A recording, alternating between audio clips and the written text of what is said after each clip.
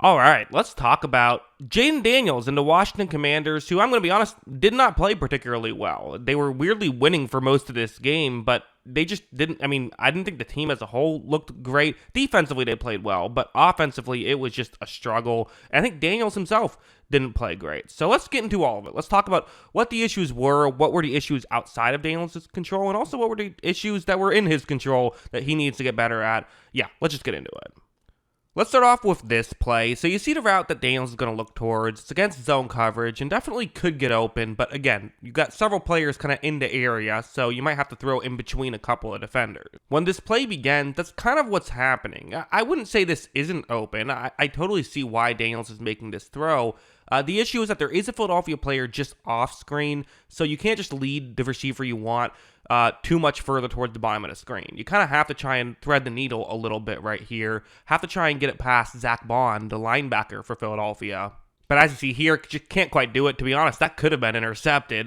Gets knocked away. Good defensive play by Bond. And again, I think this is a good example of what really why there were struggles for the Commanders is there wasn't a lot of guys open. They're forcing Daniels to try and fit the ball through tight windows, and, it's not going to look as good when that happens. For example, this next one, it's a zone coverage concept once again, and this is a great example of when things weren't working for Washington, why they weren't working. You see, Daniels takes a snap, he looks over, and the three players going kind of over the middle of the field, these are the three eligible receivers who are past the line of scrimmage right now. None of them are open. So for Daniels, well, what do? Maybe you look at one of the eligible receivers who's not past the line of scrimmage. In fact, right there, Austin Eckler isn't even out of the end zone right now, but that's not a horrible throw to make, right? Well, to be honest, I don't hate the decision to throw the check down, but it just does not work out as, they end up losing yards on that play. That is not an ideal situation. Although I will say, something like this, that was a part of it, for sure. That was a part of it. But there were other issues. There is some blame to put on Daniels. I can't just say, guys weren't getting open, what are you going to do? No, there was some other stuff there.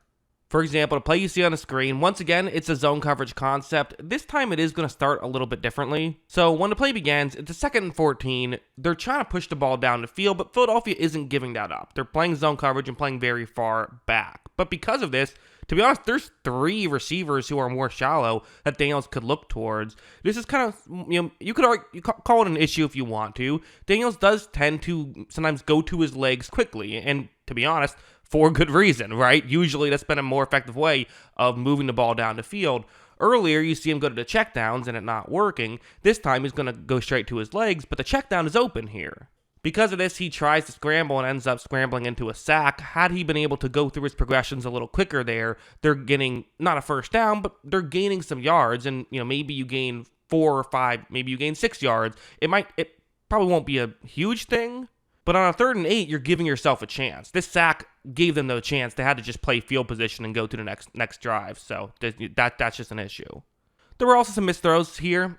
This play is a zone coverage concept. This is a weird play, to be honest. This sequence was weird. So it's 2nd and 9. Hey, if we can get another first down, you can potentially run out the clock, kill the rest of the time, in the first half, and get some points on the board. Daniels is going to take the snap. He runs a play action, looks further down the field, fires, and this play is open. There's no excuses here. This is an open receiver. Noah Brown is, getting wide open. And his throw ends up kicking it. I do have to say, kind of weird, right? Like, could Noah Brown maybe have tried to slide for that ball? I don't know. Maybe he just didn't read it until it was too late. But a bit weird there. But either way, clearly not where Daniels wanted to put that ball. And then the very next play, just kind of going to show how, things are just not quite working right here. So I'll pause it just to set the stage. It's now a 3rd and 9. As I mentioned, key play, getting the first down right here. As you see, this ball was actually tipped at the line. It gets tipped, and then still, felt like Austin Eckler had a chance to catch it, but had that not happened, I don't know if they get the first down, but they had a chance. So some of it was just stuff like this, just these, kind of fluky plays working against them on top of it. This play wasn't very good either, to be honest.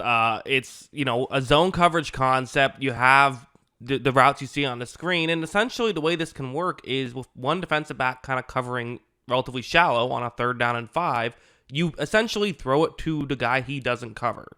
Usually that ends up being the route that's going a little bit further deep, but not always. So you want to be able to hit, whoever ends up getting open. Daniels takes the snap, and I mean, this is as open as it gets with this shallower route. This is an easy first down. Make the throw. You're moving the ball, and I don't know why he doesn't do this. He's looking there, but he instead just holds on to the ball, tries to scramble out, look for something better. But I mean, you had the first down, right? Like, how much better can you get in a situation like that, and ultimately get sacked? So yeah, not an ideal play there. And these are the types of things, too, where, like, after this play, everyone says, wow, offensive line got to block better, but which, okay, they still could have blocked a little better, but still, like, you had this opportunity. Sometimes you got to make these throws quicker. Then there was this play, which was just weird all around, really. I mean, for one thing, it was weird that they decided to go for it here. Listen, I get it. The goal isn't to take the lead with 8 minutes left. The goal is to have the lead at the end of 60 minutes, right? So making sure you can get 7, I understand it.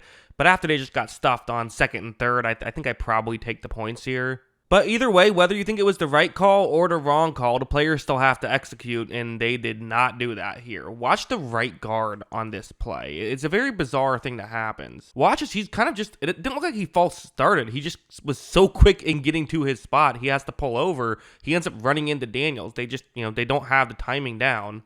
I actually think this was going to be a handoff here. I don't even think that this was a designed quarterback run, because the way everyone's blocking, they're blocking as though it's to the left. Now, sometimes you fake that and even have guys fake us that are blocking to the left to help sell the fake, so it's really impossible to know for sure until someone says it in the post game. But here you see he actually breaks a tackle, and I thought right here he was going to rush for it, but this is the play that makes it work. Reed Blankenship, you see him coming in, he's just going for broke at this point, which Daniels is not past the line of scrimmage. He could, in theory, throw for it, but you can kind of tell that's just not happening here. And if we're being honest, someone's probably more than a yard past the line of scrimmage blocking, so it's a running play. Blankenship knows it's a running play. Watch him come in. Daniels has to take a different angle, and because of that, there's other Eagles players there. Daniels not able to pick up the first down, and then they give up a touchdown with a made extra point right after, and that's just, too much to come back from. So, yeah, I mean, as a whole, how do we view this performance from Daniels?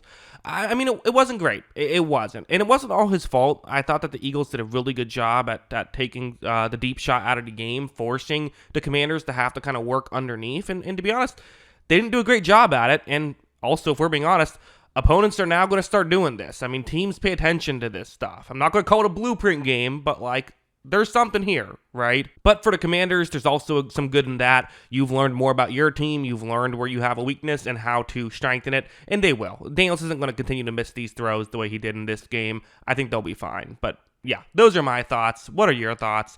Let me know in the comments below. Always love hearing from you. And of course, as always, thanks for watching.